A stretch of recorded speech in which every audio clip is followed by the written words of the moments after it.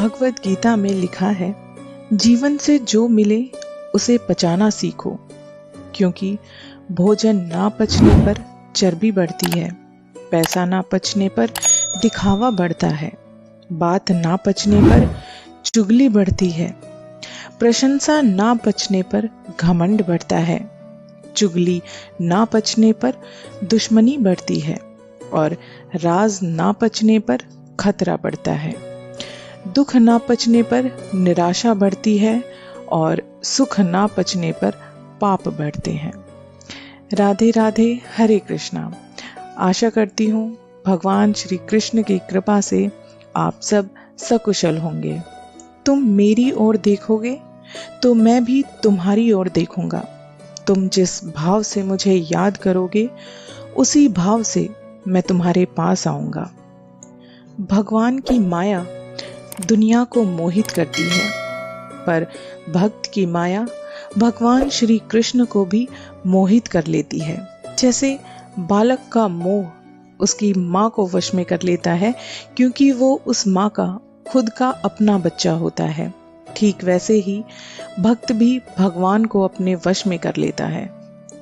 अपमान का बदला झगड़े या लड़ाई से नहीं लिया जाता, बल्कि शांति से कामयाब होकर लिया जाता है। इस पृथ्वी पर कोई भी व्यक्ति ऐसा नहीं है जिसको समस्या ना हो, और पृथ्वी पर कोई समस्या ऐसी नहीं है जिसका कोई समाधान ना हो। समस्या के बारे में सोचने से बहाने मिलते हैं, और अगर समाधान के बारे में सोचा जाए तो 1000 रास्ते मिलते हैं। जिंदगी को आसान नहीं, बस खुद को मजबूत बनाना पड़ता है। उत्तम समय कभी नहीं आता, समय को उत्तम बनाना पड़ता है। अपने खिलाफ बातें खामोशी से सुन लीजिए, यकीन मानिए वक्त बेहतरीन जवाब देगा। सब्र और सहनशीलता कोई कमजोरियां नहीं होती, ये तो अंदरूनी ताकत है जो सब में नहीं होती। जानते हैं, पके हुए फल की 3 पहचान हुआ करती हैं। एक, वो नर्म हो जाता है, दूसरा वो मीठा होता है, और तीसरी पहचान कि उसका रंग बदल जाता है। इसी तरह से अच्छे और समझदार व्यक्ति की भी 3 पहचान होती हैं। पहली, उसमें नम्रता होती है, दूसरा उसकी वाणी में मिठास होती है, और तीसरा उसके चेहरे पर एक आत्मविश्वास का रंग होता है। दृढ़ संकल्प को पूरा करने का एक अपना ही अलग चमकीला रंग होता है। प्रत्येक कार्य अपने सही समय पर होता है। जैसे पौधों में फूल और फल उनके अपने तय समय पर ही आते हैं। परिस्थितियों के अनुसार सब चीजें सुंदर हैं। जो स्कूल की घंटी के समय बेकार लगती है, वही घंटी छुट्टी के समय बहुत अच्छी लगती है। आग जब लगती है तो यह नहीं पूछते कि वो कैसे लगी, बात छोटी हो या समस्या बड़ी हो, क्यों हुआ, कैसे हुआ और किसकी वजह से हुआ।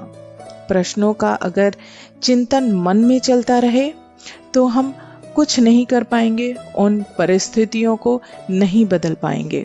इसलिए हमेशा बेहतर होता है कि परिस्थितियों का कारण नहीं बल्कि निवारण ढूंढा जाए, कि मुझे कैसे सोचना है, मुझे क्या करना है, समस्या कैसी है और मुझे उसे कैसे हैंडल करना है।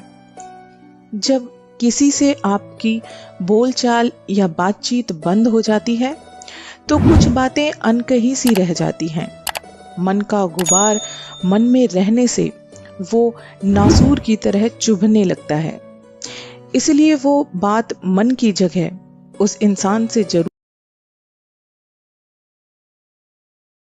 गुबार मन में रहने से वो नासूर की तरह चुभने लगता है। इसलिए वो बात मन की जगह उस इंसान से जरूर कहें जिससे आपको वो बातें करनी चाहिए। किसी की दी हुई तकलीफ आपको वापस नहीं की जा सकती, पर उस तकलीफ को खुद से दूर करना बहुत जरूरी होता है।